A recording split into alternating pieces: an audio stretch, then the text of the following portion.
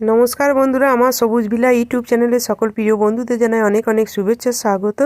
আজকে একটি আমি অসাধারণ ভিডিও নিয়ে এসেছি। সেটা হচ্ছে আমার আঙুর গাছে দেখুন আঙুরগুলো পাকতে শুরু হয়েছে। যেটা কালো আঙুর সেটা আমি তুলছি। দেখুন আমি যে আঙুরগুলো তুলছি আপনাদের কাছে আমি সেটা শেয়ার করছি। আপনারা খুব সহজে ছাদ বাগানে এরকম আঙুর গাছ লাগান সম্পূর্ণ ঘরোয়া জৈবিকভাবে।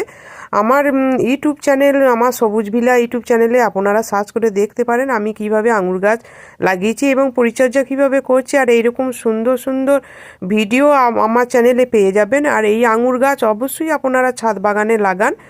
দেখুন কত সুন্দর আঙুরগুলো হয়েছে, কালারগুলো দেখুন কত সুন্দর। এইগুলো আরও কালো কালার হবে।